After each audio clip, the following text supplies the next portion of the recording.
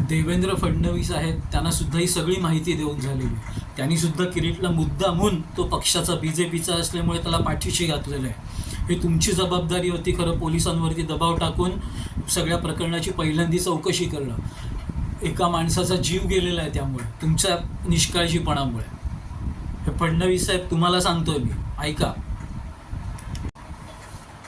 मी आशिष करंदीकर. मी ह्याच्या आधी बरेच व्हिडिओ केलेले आहेत.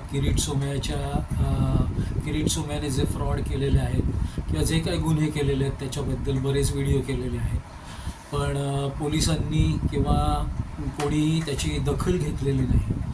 हे दुसरं बीड प्रकरण होणार हे मी आधीच सांगितलेलं होतं. आता जे मी सांगतोय ते तुम्ही सगळ्यांनी नीट लक्ष देऊन ऐका. किरीट सोमय्या एकदा 4 खोलीत नागडा झालेला आहे.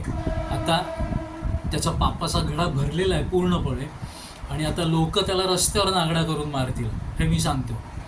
त्यांनी मी ज्या कंप्लेंट केलेल्या आहेत, तक्रारी केलेल्या आहेत, त्याचा जो मुख्य साक्षीदार होता तो म्हणजे अविनाश ओक, म्हणजे माझा मामा आणि मेधाचा भाऊ. ह्याच्याबरोबर 5 मार्चला पेणमध्ये घातपात झाला आणि किरीट हा तिथे पोचला. त्यांनी पोलिसांवरती दबाव आणून ती आत्महत्या हे सिद्ध केलं, पण ते तसं नाही आहे. तो अविनाशबरोबर झालेला हा घातपातच आहे आणि हे दुसरं बीड प्रकरण आहे. मी 20 तारखेला त्याच्याही आधी जुहू पोलीस स्टेशनला बऱ्याच तक्रारी केलेल्या आहेत. पोलिसांनी त्याच्यावर काही कारवाई केलेली नाही. त्यांनी सगळं गुन्हेगारी फौजदारी गुन्हे असताना देखील पोलिसांनी सिव्हिल मॅटर म्हणूनच डिक्लेअर करून टाकलेलं आहे आणि त्याच्याच विरोधात मी 20 फेब्रुवारीला कोर्टामध्ये रिट पेटिशन फाईल केलेलं आहे. ज्याचा मुख्य साक्षीदार हा अविनाश ओक होता.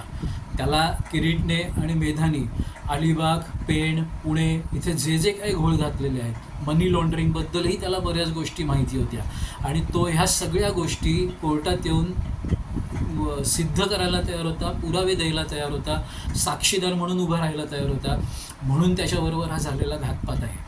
किरीटचे आता गुन्हे भरलेले, घडा भरलेला आहे पापाचा, त्याच्यामुळे त्याला आता कोणी वाचवू शकणार नाही आहे. कोर्टामध्ये ही केस आहे.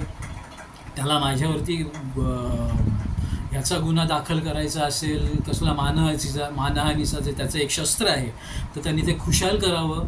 त्याच्या जर का मी तर शब्द वापरणार नाही आता, पण त्याच्या जीवमध्ये दम असेल ना तर त्यांनी हे करूनच दाखवावं. आता मी अजिबात गप्प बसणार नाही आहे. तुझी फार मनमानी चालू झालेली आहे. मी आता अजिबात गप्प बसणार नाही. माझा जीव गेला तरी चालेल आता ह्याच्यामध्ये, पण लक्षात घे मी तुला रस्त्यामध्ये नागडा करणार आता, हे लक्षात घे. आता 2 तारीख हायकोर्टाची, बॉम्बे हायकोर्टाची तारीख मिळालेली आहे. त्याला तुझ्या सगळ्या गोष्टी मी समोर आणतो की नाही बघ, सगळ्या गोष्टी बाहेर काढेल. मेलेल्या माणसाच्या मढ्यावरचं लोणी खाणारा माणूस असतो.